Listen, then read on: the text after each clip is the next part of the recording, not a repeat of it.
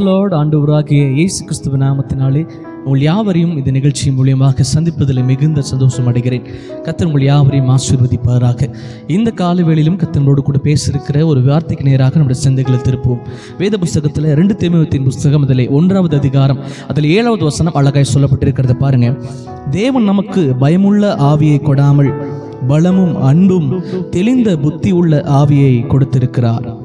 எனக்கு அன்பான தெய்வ பிள்ளைகளே, ஆண்டு சொல்ல பாருங்க, உங்க வாழ்க்கையில தேவன் பயப்படுகிற ஆவி கூடாமல் தெளிந்த புத்தி உள்ள அன்பு நிறைந்த பயமில்லாத ஒரு தைரியம் நிறைந்த ஒரு ஆவியை கர்த்தர் உங்களுக்கு கொடுத்திருக்கிறார். இந்த வீடியோ பார்க்குற பலர் ரொம்ப பதற்றத்தில் இருக்கலாம். பலர் ஒரு சரியான முடிவு எடுக்க முடியாமல் குழப்பத்திலே இருப்பாங்க. வாழ்க்கையை குறித்து ஒரு பெரிய குழப்பம், என்ன நடக்க போகுதோ, என் ஃபியூச்சர் என்ன ஆக போகுதோ. சில வாலிப பிள்ளைகள் நீங்கள் பார்த்துட்டு இருக்கலாம், வாழ்க்கையை குறித்து ஒரு பெரிய குழப்பத்தில் நீங்கள் இருக்கலாம். ஆண்டவரே, அடுத்து நான் என்ன பண்ண போகிறேன், எனக்கு எந்த ஒரு சப்போர்ட்டுமே இல்லை, நான் என்ன நடக்க போகுது, நீங்கள் எதிர்காலத்தை குறித்து ஒரு பயத்திலே நீங்கள் இருக்கலாம். ஆனால் ஆண்டவர் சொல்றாரு, தேவன் உங்களுக்கு பயப்படுகிறதுக்கு பயத்தின் ஆவி கொடாமல் தைரியம் நிறைந்த ஒரு ஆவியை கொடுத்திருக்கிறார். பாருங்க, தாவீது ஒரு சிறிய பையன் தான்.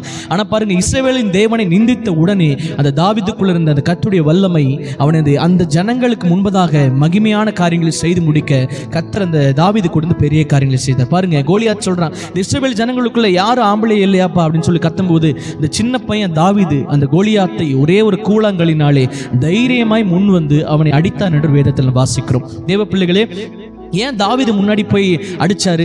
அவர் நினைச்சிருந்தா அவரும் பயந்து நின்றுக்கலாம். ஆனால் அவருக்கு தெரியும், எனக்குள்ள இருக்கிற கர்த்தர் என்னை பயப்படுகிற ஆவியினால் நிரப்பாமல் தைரியம் நிறைந்த ஒரு ஆவியினால் நிரப்பி இருக்கிறார். ஒருவேளை உங்களுக்கு முன்பதாக ஒரு எதிர்காலத்தை குறித்து பயம் இருக்கலாம், படிப்பை குறித்து ஒரு பயம் இருக்கலாம், எக்ஸாம்ஸை குறித்து ஒரு பயம் இருக்கலாம், ஒருவேளை குடும்ப சூழ்நிலைகளை குறித்து கடன் பாரங்களை குறித்து ஒரு பயம் இருக்கலாம். ஆனால் ஆண்டவர் சொல்லுகிறாரு, அதை மேற்கொள்ளுகிற அபிஷேகத்தை உனக்கு நான் தந்திருக்கிறேன். உன் காலடிகளை நீ எடுத்து முன்பாக பயப்படாமல் நீ வைக்கும் பொழுது கர்த்தர் உனக்கு நிச்சயமா அந்த காரியத்தில் ஒரு மகிமையான பதில்களை செய்வார். நீங்க பயந்துகிட்டே இருக்கிறீங்க, இந்த காரியத்தில் நன்மை வந்துருமா, ஏமாந்துருவோமா, இல்ல தெரியாம காலை விட்டு ஏதாச்சும் மாட்டிக்கோமா நினைச்சிட்டு இருக்கிறீங்க. ஆனா சொல்றாரு, பயப்படாமல் அந்த காரியத்தை தேவனை நம்பி நீ செய்யும் பொழுது தேவன் நிச்சயமாய் அதில் உன்னை தப்பு வைக்க வல்லவர். அதனால இந்த காலை வேளையில பயத்தெல்லாம் தூக்கி போட்டுட்டு கர்த்தர் மேல பயங்கரமான விசுவாசம் இருங்க.